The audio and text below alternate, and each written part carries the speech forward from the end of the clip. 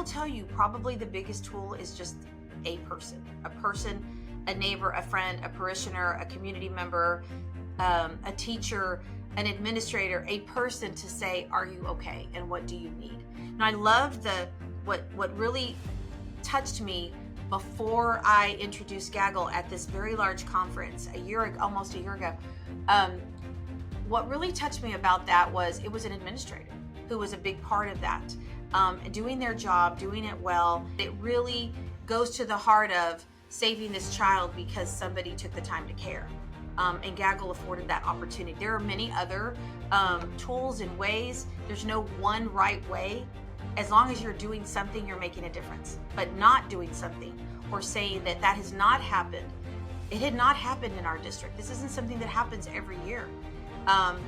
And my prayer is that it doesn't continue. It was a very tough year emotionally for everybody last year. We really had to dig deep about why, and really no one connection, but just the fact that that we really had to hold that mirror up and say, what more can we do? Because when you think about the topic of being proactive with student safety and well-being, you have to be able to prevent an incident like this.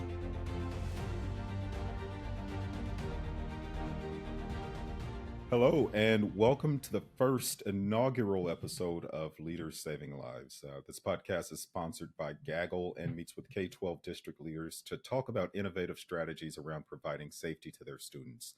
I'm your host, Ray Bledsoe. For the very first episode, we have a very special guest. She's been even referred to as a trailblazer due to the fact that she is the first superintendent of her district that is a female. She's also the first Hispanic superintendent of her district. She's the president of the Texas Association of School Administrators, or TASA, a member of the Texas Education Agency's Commissioners Cabinet, a member of the American Association of School Administrators Executive Committee, president of the Fast Growth School Coalition, a wife, a mother, grandmother. She is none other than the superintendent of Tomball ISD in Tomball, Texas, Dr. Martha Salazar Zamora. How are you? I am great, Ray. It's so good to see you again. And thank you so much for asking me to come and spend a little bit of time talking about some really important information, a very, very important topic to all of us, not just Tomball ISD, but every district in the state and in the nation. Yeah, absolutely. And thank you again for agreeing to hop on as our first guest. I'm looking forward to the conversation. I need to know one thing. Did I get all your titles right? Yeah. Because you're doing a lot. Yeah, right I'm a now. little busy right now at this phase of my life, but yes, they're all right. I would have to say at the very end, being a grandma might be at the top of the list. Sure. But thank you for that. I think it might just mean that I've been doing this a really long time. This is my 38th year, and obviously could retire at this point, but I'm just not ready to. I feel like there's much more that can be done. I'm still enjoying the work that we do, despite the heavy topic we'll be talking about. So yes, going on to 38th year in Texas public ed. 38th year. So school's just kicked off. This is your 38th year. How many students do you guys have district-wide? So we have 23,000 students and counting. But what's interesting about that question is when I came to the district 11 years ago, we had 9,000 students. Oh, wow. So in 11 years, we've gone from 9,000 to 23,000 and counting. We enroll every day. At the beginning of the year, that's common, right? But it is a fast growth district. And I say that because there are some additional challenges that come to districts that are fast growth districts, especially when you think about student safety and student mental health and just really getting to know your kids when perhaps they haven't been with you from kinder on. Yeah, absolutely. I'm curious, excuse me, what's caused or sparked that fast growth there at Tomball? I mean, we're just an incredible school district. I actually think that's a part of it, but no, truly. The reality is it's the growth, the infrastructure. There's a Highway 99 that it has been developed, and it's been really an opportunity to open up where families can transition and perhaps work away but come back with an ease. Although there is traffic still, it's not as if you're facing downtown Houston type traffic, and so it allows you to live in the suburbs but travel for work and come back. or have just moved here because of additional infrastructure, additional businesses, a booming economy in this area. Although there's challenges, of course, it has been unique as far as putting the fast in fast growth, knowing that every year we continue to climb, and that means passing bonds for additional schools and making sure that our community understands why we need this, that, and the other, but also bringing in families that have had different experiences. And when we talk about this topic in particular, it's so important that we understand where people have come from and where they want to be regarding student safety, mental health, and this topic in particular. Yeah, yeah, absolutely. And that's actually a perfect segue. So we're actually obviously here to talk about student safety. I just wanted your perspective as a leader in education. What does student safety mean to you, and why is it important?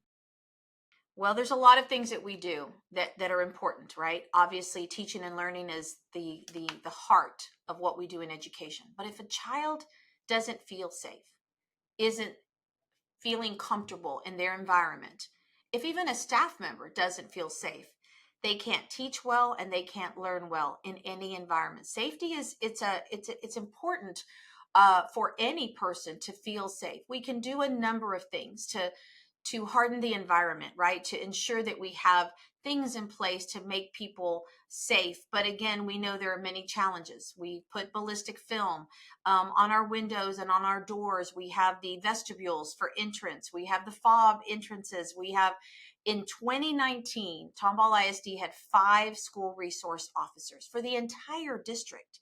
Now, I've told you we're fast growth. We now went from 5. This year, I have 30. So that's an increase of 25 school resource officers with a gun on the campuses. Does that make us safe? I think it makes people feel safer. I think it does make us safer, but I'm not going to tell you on any day I don't have a morning prayer that's, that is to the prayer is that every student come and leave that day as safely as they arrive, that they're able to leave. So what does student safety mean to me? That we provide the environment that students and staff and our entire community feel that their students will return home at the end of the day as safe as they were delivered to us by their parents or a school bus or a bicycle. That's Yeah, very basic, but that's what it means to me. but I'll tell you as a parent, Martha, that means everything in the world to me. My daughter, my youngest, is 11, and every day we take her to school. That is our thought, and that is our hope and prayer. Is that while she's there, she's taken care of, and she returns to us safely. So that's awesome to hear that as a leader in education, that's your primary focus in the way of safety as well. You mentioned just some of the things that you have in place. How do you mobilize as a leader just on new initiatives in the district and things that you want to implement? So there's a lot that the district had already been doing around, I'll use safety in particular. There was a lot that we had already done. I mentioned the security vestibules, putting in the fobs for entrances and whatnot, so that you can't just come into a facility, right? Back when that was something that was common. Now it is not. I don't think there are many districts where you can do that. We have a safety committee, and part of that is in Texas, a requirement. We have audit visits, unexpected, unplanned, but I enjoy those in the sense that I want people to come in and test our systems to make sure that what we're doing is working. And if they find a fault, that we are quick to fix that. Is there a door where they were able to gain access? Is there something in which we need to improve upon? We are very fortunate that our visits, our audits have all been exceptionally good, but we also know that at any given time or day, something can happen, and we continue to remain hyper vigilant when it comes to this topic. So again, safety has always been on the mind of administrators. But I think now with additional requirements, expectations, and probably, Ray, just the world in which we live in, where we know there are people that unfortunately wake up and do have a different frame of mind or have their own mental health challenges that they're dealing with that may do something that would hurt a child or children. So every day, this committee continues to work and look at what we are doing and how can we make that better. We have a district committee, there are campus committees, and they work in tandem to improve a system that I think can, like anything, continuously get better and better. Now, I will tell you, in Texas, we haven't quite received the funding that we would like. As far as we have received a small amount of money, which we're very grateful for. but the requirements of unfunded mandate far surpass the dollars we've received. That's a topic for another day, but we continue to ensure that those things happen from local dollars, to the point that many districts have passed a deficit budget due to this being one of the topics, perhaps raises for staff. And for us, I know it meant increased safety and security measures. And I'm okay with that, Ray. I'm totally okay if it means paying our teachers more and ensuring that our campuses are safer. That's okay. Yeah, It's yeah, okay to go over absolutely. budget, in other words, and have a deficit budget. I know things will work out in Texas at some point. We're not at a point where the funding's where it needs to be, but that's how I was able to, for the second year in a row, write a deficit budget and feel like it is okay. Because if you're It's doing okay. the right thing and you don't like the outcome, it's okay if it's the right thing. And this is truly the right thing. I would agree with that, and I think a lot of times and in a lot of cases, people are afraid to make those decisions, but for whatever reason, community backlash or internal backlash. But it sounds like just as again as a leader in your district and in the state, you're willing to do what's right for the district. Right. It's important. Awesome. Yeah, so 38 years. I heard you say that earlier. So you've obviously done a really good job of changing and keeping up with the times. What are some of the challenges you faced in keeping up with generational trends like slang or social media trends?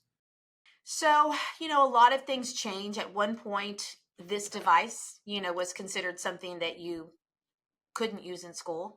And then at one point, it was used as perhaps even a learning tool. Now we're seeing a trend back to don't use it in the schools with some concerns, right? I don't know if you've recently read The Anxious Generation. It's a great read, a great book that really talks about concerns of overuse of cell phone and certain technology on children. Like, is there a negative impact? And a lot of research around what that means. And so, whether it's trends and things have changed, but students are still students. They still need what we say in Tomball ISD, and it sounds like a very basic premise, but our three boulders are: we want for every child to find a place to belong, a passion to pursue, and a love for learning that serves them well beyond the years they are with us. And so those three things, whether it was 20 years back or 20 years forward, are still important. People need to have their people and feel safe and feel like they belong. They need to have a passion, a love beyond even just the academics. What else do they come for? What socialization, what activities, what extras, fine arts, extracurriculars, athletics. And of course, we want them to love learning and to be good at it. And we are very proud of the high academic achievement in Tomball ISD, but I think it's because we work in tandem with so many partners and so many areas to ensure that we provide that high quality instruction. So how have I been able to evolve? I think the person that doesn't is not able to continue. Like, if you can't be ever changing and understand and quick to learn, and I remember my daughter who lives in Europe telling me about Chat GPT several years ago, and I thought, well, what is that? And that's one of those where we don't often, as adults, we need to get comfortable leaning on the younger generation to say, teach me this, because they can. So then I was all into the world of AI and learning more. And now we're using virtual reality in our classrooms. It's about staying on top of not just a trend because it's trendy, a trend because it can help you with safety, with academics, with a lot of different areas, but understanding that something new, the shiny penny, doesn't have to be chased or followed or picked up. But if there's a benefit to your district, to your students, your community, then learn about it, be comfortable with it, embed it. Our district is very big on strategic planning. And part of that is being innovative and thinking about the future, and not just the topics that we're talking about today, but other topics. But knowing that our strategic plan is very heavy on security and mental health to ensure that students have that ability. Yeah, and that's wonderful to hear. You said something really important. People need to find their people. And then you mentioned the academic achievement in the district because I really believe that there is a clear link between students feeling safe and comfortable and academic performance or, just behavior as a whole. What are your thoughts on just that link in the way of student behavior and I could not academics? agree with you more, Ray. Whether it's your own children, and I've seen my children grow and now have grandchildren, every person I believe is better when you are not in isolation. And I don't just mean learning from others, but having that connection, having that emotional connection, having that, ability to study with somebody, to ask that person for assistance, to lean on that person. It's important that you have your tribe, your people. It could be in the classroom, it could be in advanced classes, it could be grade level classes, it could be any class, but the opportunity to say, I need assistance, or I can offer assistance. Those are tools that are learned very young that only make us better people as we move forward. When you are able to give others some of the gift that you may have, you're better for it, and so are they. And that is something that we focus on very much in Tomball, to ensure that we share the gifts that we have with others in so many different areas. But the person, the child that comes to our district that perhaps knows nobody, we have put things in place so that they don't feel like they're in isolation, even on day one. We have a majority minority district with over 84 languages spoken. So you can move into Tomball and not even have somebody speak your language. How do we make sure that you feel connected in a safe way with people that don't know what you're saying, perhaps? And you may have a grasp of the English language, but culturally be completely different. When we look at bilingualism, it is being bicultural, biliterate, and bilingual, and ensuring that that means the whole child, the whole community, the whole family. This episode is brought to you by Gaggle. Gaggle is the industry leader in protecting students' physical safety and mental well-being through best-in-class technology and people solutions. With over 25 years of experience, Gaggle analyzes billions of pieces of student online content and provides thousands of teletherapy sessions to students and staff each school year. Ready to level up student safety? Connect with Ray Bledsoe at rbledsoe@gaggle.net. Yeah. And that's really good perspective, because I think a lot of times people that don't experience that feeling of isolation or aren't a part of that majority, they don't know what it's like to be on the other side of that. We talked about trends earlier, and you mentioned a really good, interesting piece. What are your thoughts on artificial intelligence and how it could potentially impact student safety? We talked about ChatGPT, but let's Right, talk about right. student safety. So there's a lot of concern around that, and I will tell you, I think that's very warranted. I think we need to be careful when we've already seen instances where teenage children will share or overshare, let's say an image on a cell phone, share it with a friend, that gets shared with multiple friends. Now there's even a test case law where students perhaps are using AI to alter the image, remove or add or whatnot, which is causing issues in the school with the students, and even legal matters depending on the age of the children. That's one example. I think we need to not fear, on an academic lens, student using a tool, but understanding how, and maybe even helping them embrace it. You can enhance what you've written with some assistance without cheating, but you can't let something write something for you without your voice in it, because at the end of the day, whatever the grade may be, who has really cheated? You've cheated yourself. If somebody else writes something, whether it's a device, an AI tool, or another person, you didn't get the benefit of learning. That's how you get better. That's how students, that's how we all do. We learn, you try for something and you're successful, or you're not, but you continue to practice and redo it. Whether, I'll use writing again as an example, you rewrite. That's what the whole editing process was developed for. And if students just jump past that, that's what we have to help them understand. You may get the grades you want, but you're going to, you may win the battle but lose the war. So it's important to really understand that it's a tool, but not necessarily something that you should just be using because. Yeah. It's about the journey and not the destination, right? If Right. you I love don't that. enjoy the journey and you don't do the work to get you to the destination, Exactly. you're not going to appreciate the end result as much. Correct. Um, with the images and the artificial intelligence, I know you mentioned earlier, and we talked about just the hardening, as you put it, of the schools.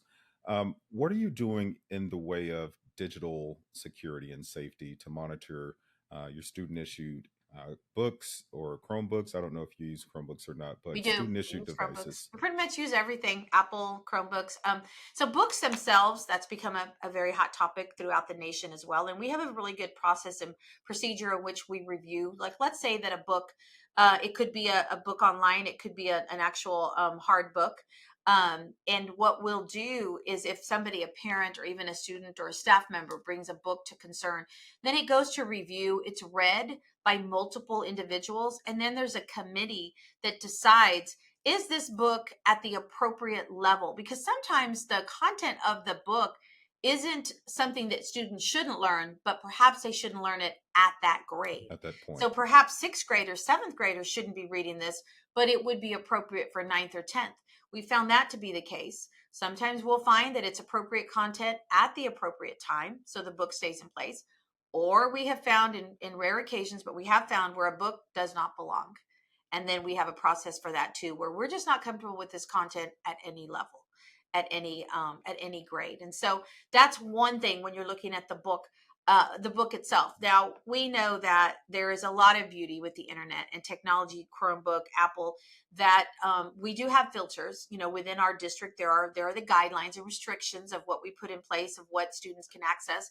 But we also know that these students leave our walls at the end of the day and spend time at times where there is no filter on the content that they see. So we have to work with that too and be able to help them see that just because you can get to something doesn't mean it's good for you. Or the individuals that you're learning this with or sharing this.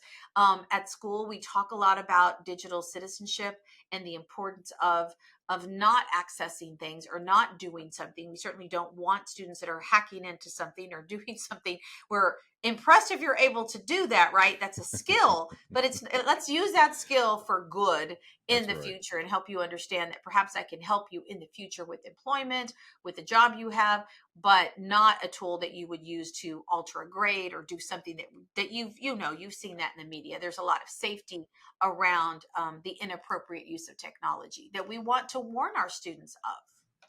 Yeah, yeah, and that's a little bit of what we wanted to touch on a bit more. I know there has been in a lot of states and instances an uptick in bullying, especially since the pandemic. And a Sure. lot of the ways that the kids are doing it, Martha, is they'll go in and they'll send messages on their school issue devices, or they'll put something in a chat, or they'll Sure. do something online. How are you guys monitoring and dealing with that? So that's a challenging one. I will tell you for any of us, because some of this occurs outside of the school environment. But what happens after 4 or 5 o'clock affects what's happening the next day, right? There's an unflattering photo or some message that's shared bullying, ridiculing a child, and then it's shared, that individual is hurt by that. And that's one example. There could be many things, right? Or a false story about someone doing something that's shared, and then it becomes a bullying concern where the person that has this content being shared or things being said about them, then feels like they don't belong. And remember, we started this talking about students finding a place to belong, a passion to pursue, and a love for learning. So back to the premise of, if they're losing the feeling of they belong, then they're not able to truly tune into the academics we're trying to teach them and have a full engagement in the learning process for that day or that week or that month. So we take that very seriously in Tomball, as other districts do too. We have a very strong bullying policy on ways in which we look through it and investigate. There's paperwork involved, but it's really a process to get the information, to bring students in, to learn about what is the allegation. Of course, it's an allegation till proven to be more than that. What facts do we have? And then how can we bring these groups together to understand? Sometimes it's a misunderstanding, and quite honestly, sometimes it's it's students doing exactly what they know they're doing, and then we have to educate about, how would you feel if this was being done to you? Let's talk about. And then sometimes there are just kids that do something knowing what they've done, and then we have to look at the discipline, which is also hard, right? But through discipline, my hope is that they learn, this is not appropriate, we won't condone it, it's against the group, you're hurting an individual, and so therefore you'll have some time to sit out of your activities or even your school to learn how to better behave regarding technology or bullying because bullying happens. It's It real. does. It's Yeah. a term that we hear. It can mean a lot of things, but oftentimes people don't see the long-term effect on students, or even the short term. If a student feels bullied, then that's their right and their prerogative to feel that way. If the person intended it to be that way, that's part of the journey to discover what happened and to uncover what we have to do. But as long as one child feels like somebody is isolating me and making me feel less than or bad or embarrassed or whatever, then it's worthy of an investigation. Yeah, yeah, and unfortunately, Martha, some of those instances lead to more serious actions and things that happen on the end of the students. We talked earlier, and I know I mentioned that next month is September, which is Suicide Prevention Month, and we also I did mention earlier that you and I actually met at TASA and had the privilege of talking to you, and you shared right before the keynote, one of the keynotes, you shared some personal experience of how self harm and suicide had touched you and Tomball ISD. Um, if you don't mind, I'd like you to share that just for our group so that people could have a good idea of what type of number one challenges you're facing, but secondly, what type of leader you are in the district. Sure. Um, well, thank you for asking me to share that, because I contemplated whether or not that was a platform I wanted to share that. But after seeing the gaggle video and the impact that it had, I felt like there was nothing else I could say but my connection to the topic, which was suicide, a very important topic that people are often not comfortable talking about. That is not a topic I want to talk about or like to talk about, but it's a topic we have to talk about because it continues to be a topic and something that changes, completely alters the lives of family, not the individual, obviously, but everyone that person has come in contact with. And so personally, I have two daughters, and my youngest daughter lost a person very, very dear to her, who had been a part of our lives for many years. We knew this individual as a family friend and somebody that she cared very much for. And I will tell you, as an educator, I always felt like I would almost know the child that was struggling, almost be able to help them or be able to run interference or get them help. And this young man had been a part of her life since junior high, all through high school, and then on to college. And when the incident took place, which was death by suicide, not an attempt, not an ideation, but an actual suicide, it changed his family's life, but it changed ours too, because of the impact it had on her and the impact it had on our whole family. And it made me really look at suicide through the lens of, you really never know. You never know who. And it can be people you least expect. And so in our district, I'm not saying that this hadn't happened before, but unfortunately, last year we had a very high number of death by suicide. So it wasn't, again, documented suicide ideation. It wasn't suicide attempts, but we had 5 students in the district that had death by suicide. And so as a leader, even if it's one, you have to stop and say, what are we doing? Or what are we not doing? And every time that happened, for various reasons, one or two that we were monitoring heavily, that we had strong interventions for, they had loss or family struggles, and others that we had no idea. And perhaps one that was very new to us that we hadn't been able to fully assess the needs. And so regardless of why that person got to that point, as young as 6th grade, as old as 12th grade, we were -5 students because of so many factors. And I think that the more leaders talk about it, discuss it, find ways in which we can prevent it, the better we'll all be. It's almost taboo at times. Not as much today, but still not something people are comfortable talking about. And I'm not saying to you that this makes me comfortable, but it's the reality. I can't tout all the great successes we have as a district if I don't talk about some of our greatest challenges.